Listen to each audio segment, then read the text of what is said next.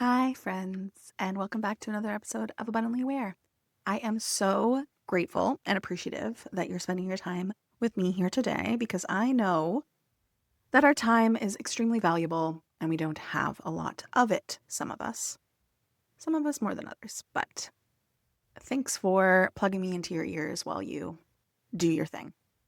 So, in today's episode, I am going to tell you a little bit of my story about choosing the word optimism for my year, 2025, and how it's changed basically everything for me.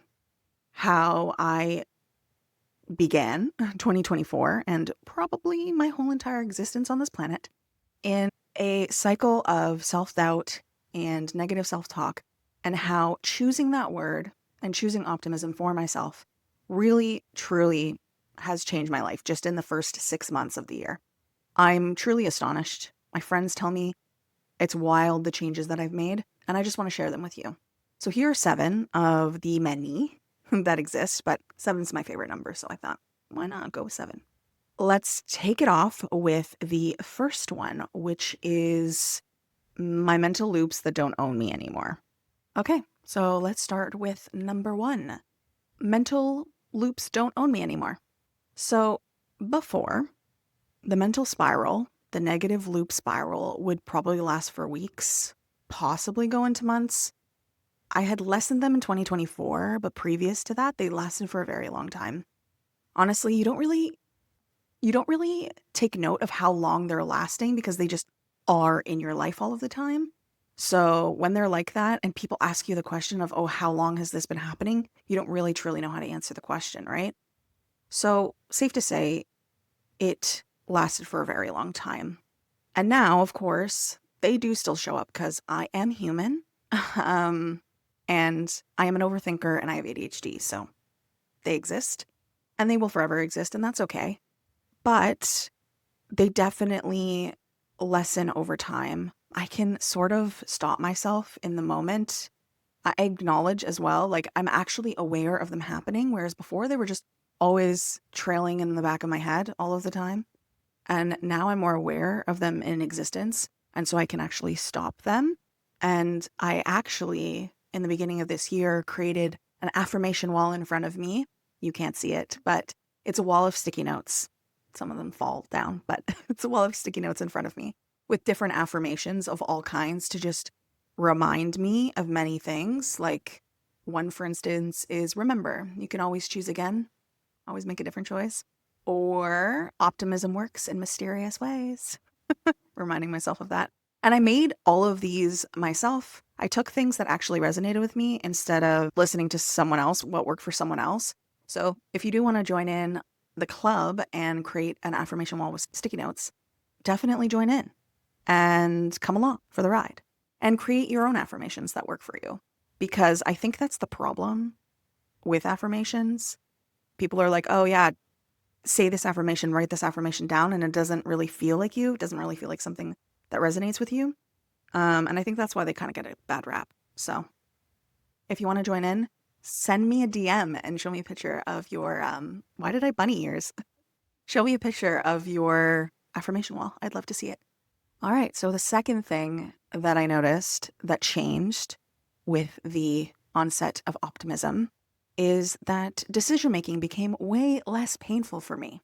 I really truly got trapped in the cycle of like the what if, and it became a paralysis, like the what if paralysis, and second guessing every single choice. Like I used to be the person, I still am a little bit, in the like when you're sitting down to dinner and I have to be last. I still like to be last to choose what I'm going to eat, but it used to be very difficult for me to choose. And then I would just end up choosing a regular meal that I always choose anyway. Crazy. Because it had to be perfect, right? And along with optimism, but also a friend told me this amazing tidbit. And she was like, when I'm in a restaurant and I'm trying to choose something to eat, I choose the first thing that my eyes lean towards and feels good to me. And I was like, well, shit, that's amazing. That's absolutely amazing. So I take that with me now. And the thing that I think about first is usually the thing I choose. unless something else catches my eye before it's my turn to decide. So of course, I still overthink because, hello, I'm a human. But optimism reminded me that it doesn't have to be perfect. It just has to exist. I have that affirmation somewhere on my wall. I just can't seem to find it. But it is there. It definitely is there to remind me every single day that I can be optimistic about the future. And I don't have to make the perfect decision. And even if I make the wrong decision, it was the right decision for the time. So the third way is that I feel like I have a little bit more energy now. I used to fall into the anxiety and avoidance route of things, or the procrastination learning. Oh, that was my favorite thing. Because if I don't know everything, then everything sucks and I'm not going to be able to follow through. And all the things that I create are going to suck. That is what I thought. And those are the thoughts that went through my mind all of the time while I'm trying to learn and not actually doing anything. So I was exhausted. I was tired, but I didn't technically do anything. I didn't actually follow through. I didn't create anything, which is wild. I know so much about the Instagram algorithm from a few years ago because I literally learnt to exhaustion about what it is and how to work with it. I never took any action. Never, not once. And I'm choosing that is not going to be the case now. And I'm choosing that even making smaller choices, smaller tweaks, smaller changes to my podcast episodes or whatever else it is that I'm creating works far better than not doing anything at all. And I have more energy because of that, because I'm actually taking action and taking action. Oh my gosh, yesterday I worked for 10 plus hours and Wednesday. I worked for 10 plus hours and I was exhausted on Thursday. I was definitely exhausted, but I was exhausted because I worked so much, because I put so much creative energy into what I was working on, not because I sat around for 3 hours and learned about what I could do to better whatever it is that I'm working on, my creative endeavors. All right. Number 4. So before, bad morning meant an entirely bad day. I don't know if you resonate at all with this, but if I didn't start work and get to the things that I wanted to work on by 10 a.m., then the whole day sucks and then it's over. Or my day would end at 1 for some reason. So if I had taken a slower morning, or I had to do errands or of any kind, or clean the house, if I decided to do something else other than work, if I wasn't at my desk, before 1 p.m., the whole day, I couldn't sit down and work. Wild, I know. Because what's the point? I only have 4 hours until I have to do this and I have to do that. But I feel like optimism gave me a little bit more awareness when it comes to that. Now I acknowledge hey, this morning didn't go well, but that's okay. I've also somehow detached myself from time a little bit more, released myself from, if you don't get this done by this time, then it's a waste. And it's okay. Some days, especially on the weekends, specifically on the weekends, when I'm I want to work, I want to do something. And then I've taken my whole morning and I haven't done anything and it's 1 p.m. I'll sit down at my desk and I'll get to work and I'll work for an hour or two because it's the weekend and I've still succeeded at what I wanted to do. And it's not all over by 1 p.m. Oh, optimism. It's done so many things for me. Even just talking about this now, done so many things for me. All right. So number 5, I'm celebrating my wins instead of dismissing them, which is so exciting. Of course, I had help from a friend to let me know that you should be celebrating even the smallest wins in your business and in your life. And man, optimism has really helped me hone in and actually do that and think about my wins as well. So before, if you saw my last video, I think I got 63 views on it. And before I would have said, 63, that's under 100. How shitty. But now I get to look at that and say, that's 3 times the amount of subs I have. That's incredible. That means it was actually pushed out and people actually clicked and people actually listened. So now I get to take that with me forward to produce the next video and the next video and the next video and the next video. Instead of saying it sucks, I have to do something different now I'm thinking, okay, let's double down on the thing that did work. Thank you, Optimism, again. I hope it's helping, and I hope it brought some more people over to this side, to my side of YouTube or Spotify. So, number 6, I feel much safer showing up creatively. And specifically, again, another friend told me that I look excited, okay, showing up on camera and showing up and speaking to the camera and being here. One of my friends actually, I'm going to talk to her about it because she doesn't feel the same way I do, but I feel so much better about showing up here. I don't know if you can tell in my voice. I don't know. I feel like, number one, I feel like I'm able to unmask finally on the internet. Oh my gosh. And be myself. And of course, I still feel cringe. I still rewatch these videos and I'm like, oops. But it's just, I don't know.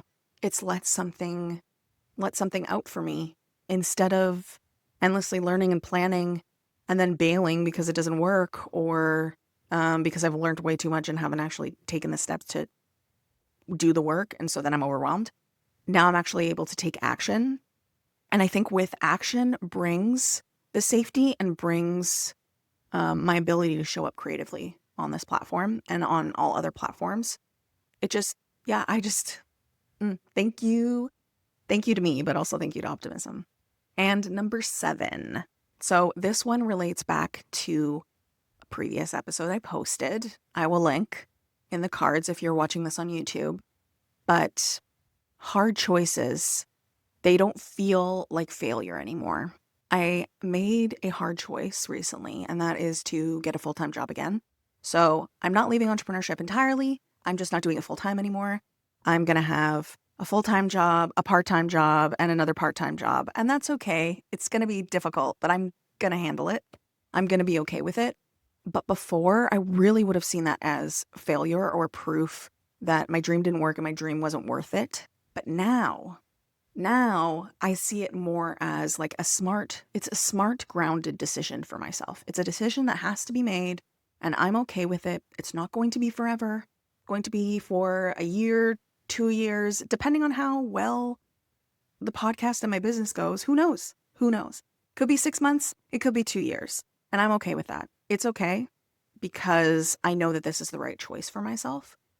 And Optimism brings me in every time. Every time I see something on the internet that's like, quit your job, or I have all of this because I quit my job, I keep on thinking, I have some of those things, but I also don't have some of those things because the stability of certain things are not there, if you know what I mean.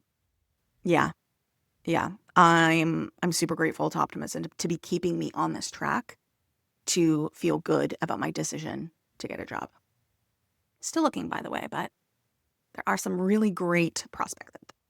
Okay, well, that rounds us out. That keeps us clear here. Those are the 7 things that Optimism really helped me find and helped me have in my life.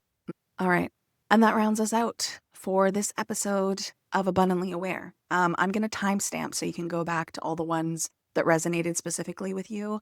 If you are someone who is a pessimist, who identifies as a pessimist, I very much used to, and now I see myself as an optimistic realist because, of course, I do still take into account what's happening, but I'm allowing some shitty stuff that's happening in the world to not be for me.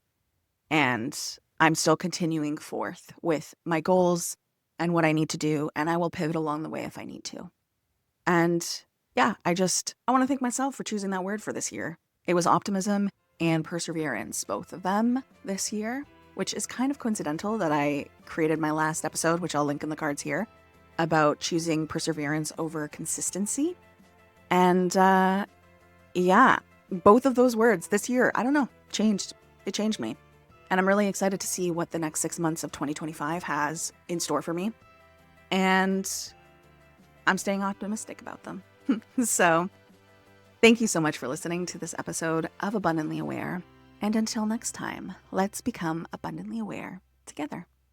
Bye for now.